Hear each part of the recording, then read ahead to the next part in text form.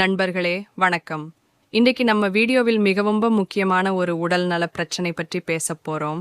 அதுதான் கிட்னி கல் அல்லது கிட்னி ஸ்டோன். பலர் இதை ஆரம்பத்தில் சின்ன பிரச்சனைன்னு நினைச்சு விட்டு விடுவார்கள். அடுத்த கட்டத்துல தான் அதன் துன்பத்தை கடுமையாக அனுபவிக்கிறாங்க. அதனால இன்று கிட்னியில் கல் உருவாகும் போது எந்த அறிகுறிகள் வந்திருக்கும் என்று முழுமையாக பார்ப்போம்.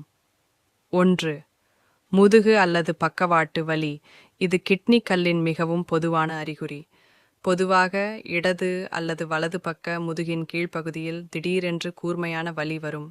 இந்த வலி சில நேரங்களில் கீழே வயிற்று, தொடை அல்லது இடுப்பு பகுதியில் பரவலாம். 2.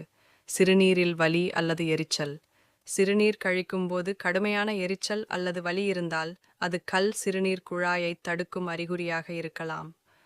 3. சிறுநீரின் நிறம் மாறுதல்.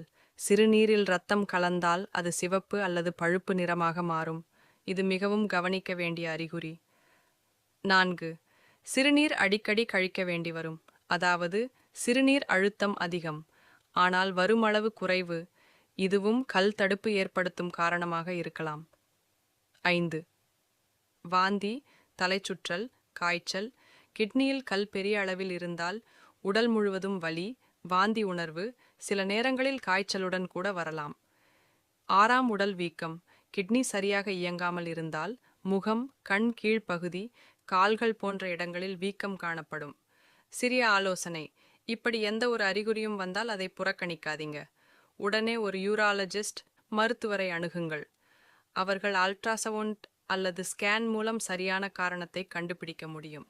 தவிர்க்கும் வழிகள்: தினமும் குறைந்தது 3 லிட்டர் தண்ணீர் குடிக்கவும், உப்பும் சோடியமும் குறைந்த உணவு உண்ணவும், அதிகப்படியான புரோட்டீன் உணவு மற்றும் சோடா வகைகள் தவிர்க்கவும், பழங்கள், எலுமிச்சை நீர் போன்ற இயற்கை பானங்களை அதிகம் எடுத்துக்கொள்ளவும்.